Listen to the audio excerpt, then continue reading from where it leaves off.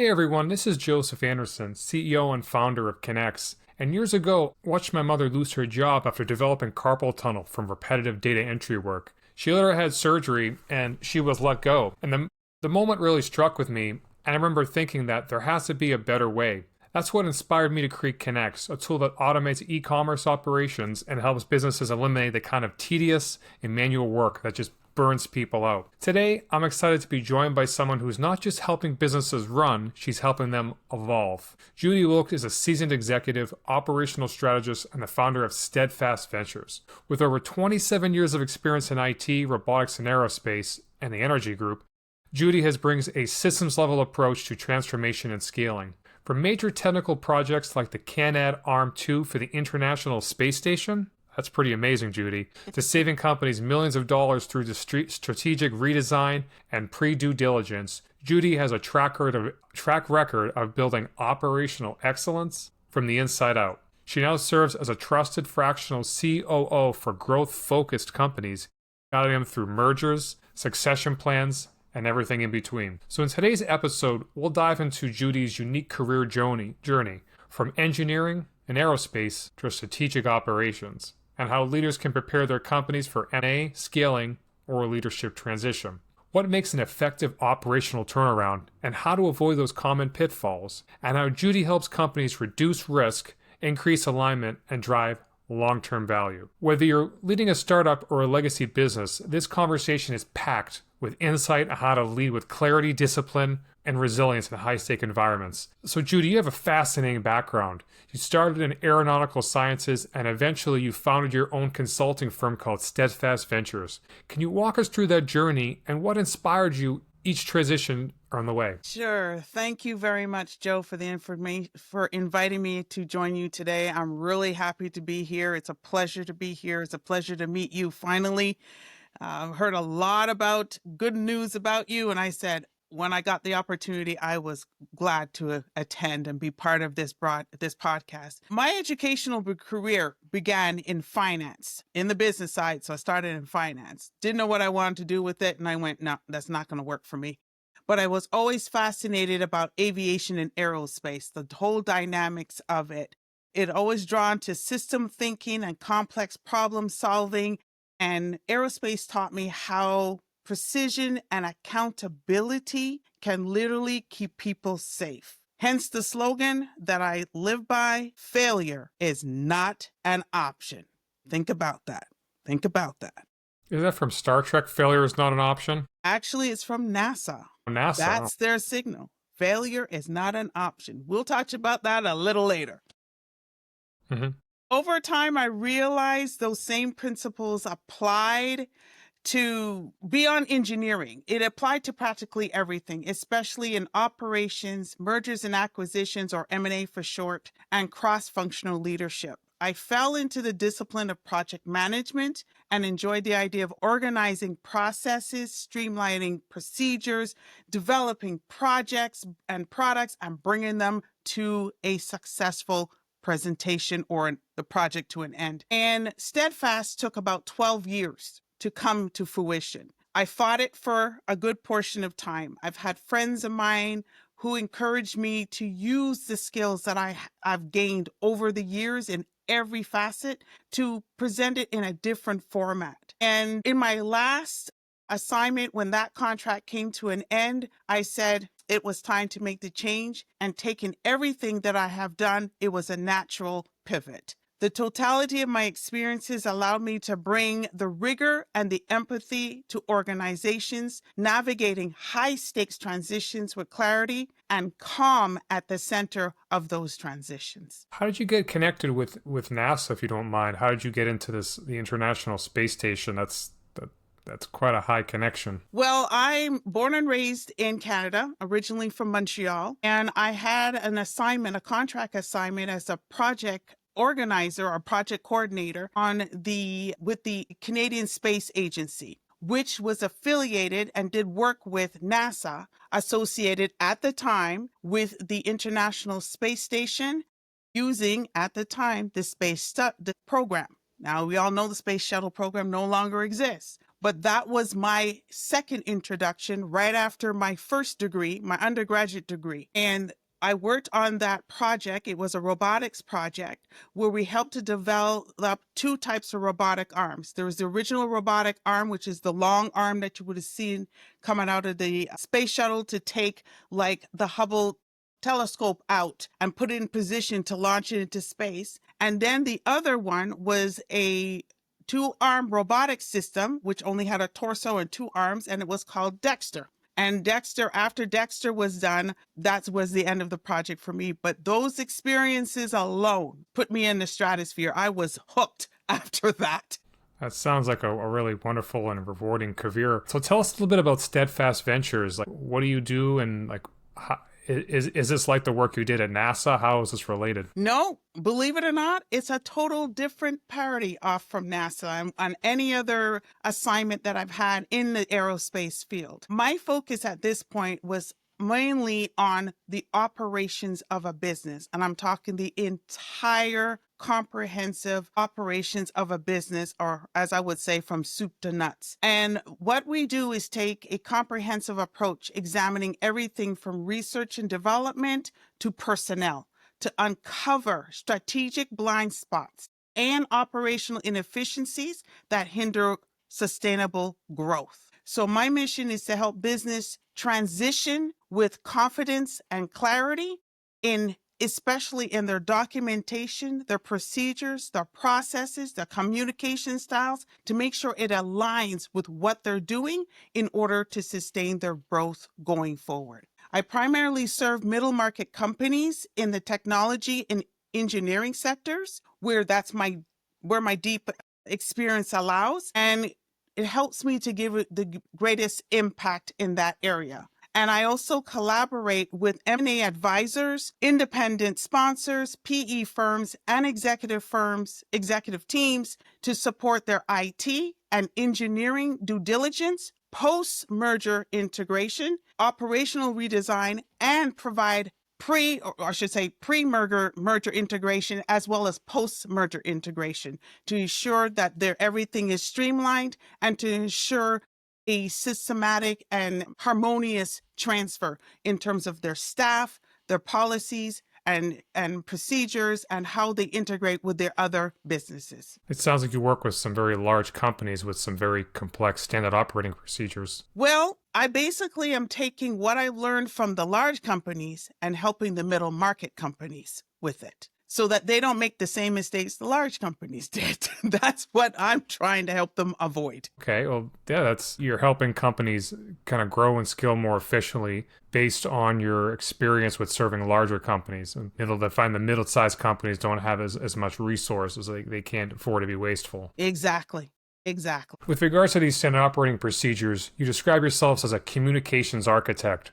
What does that mean in practice, especially with these fast-moving tech companies where these silos often form? Even at my business, for example, our staff works from home and we have issues with silos that we're trying to break down with regular meetings. How do you break those silos down? Well, while I don't claim myself and I don't claim the title of communications architect in the traditional sense, I do approach communication with precision and intentionality. I am a deep observer of how information is delivered, how it's structured, how it's received, as well as how it's acted upon, especially in fast-moving tech environments where speed often outpaces alignment. And in practice, this means I just don't advise on what to say. I help them design systems for how information should flow for their specific type of business and environment. And I help the teams build communication frameworks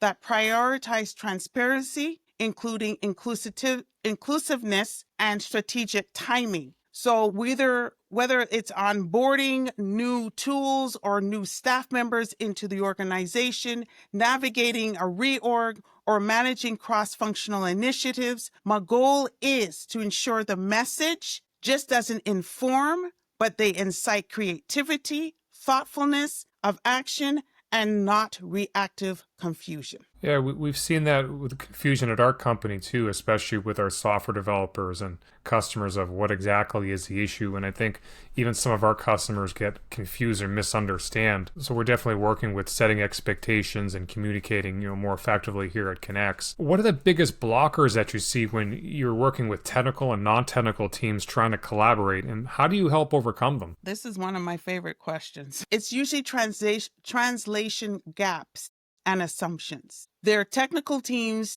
work on data and they believe that the data will speak for itself, while non-technical teams may look at the framework to interpret it, or lack the framework, I should say, to interpret that data. So language in terms of what they see and how they translate the information from one group of individuals to the other is important. So what I try to do is guide both sides how to structure the information around the shared objectives, around the data, around the information that they're trying to translate, try to convey in such a way that I call it functional empathy, so that there is full understanding across the board for everyone without diminishing the value of the information that you're trying to convey. It's a really good answer. I agree. I was taking this class on salesmanship, and the instructor was saying with emails, you only get like 7% of the message across because there's no emotion. But when you talk over the phone videos, I think you get something like 30%. So we often try to do things live over the phone videos, or even having in-person meetings is more to communicate. So I think that's a really good question and answer. Speaking of the communications, you have an engineering background, and that's really rare among communications consultants. What strategies are you using to bridge the communications gap? Well, first thing, as I would always say, and I learned this many years ago, there's 3 types of logic. There's the engineering logic, there's the scientific logic, and then there's the layman logic. The engineering logic is all task-driven and solution-oriented.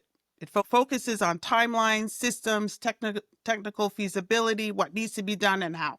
The scientific logic is a hypothesis-based, hierarchical, oh my gosh, I can't get that word out today, hierarchy, and it emphasizes evidence, methodologies, and structured reasonings tied to institutional and academic thought processes and patterns. And then the layman's logic, they just want simplicity. Is it yes, no, how does it work?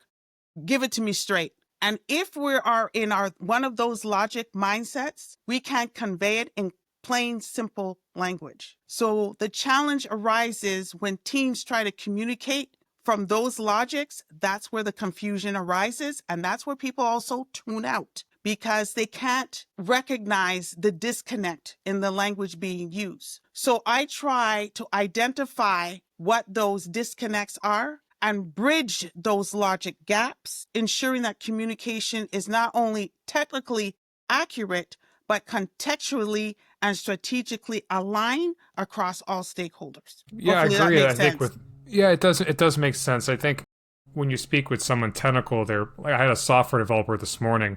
How I'd work with him is different than how I'd work with someone in customer service. They work in a very different way. Right.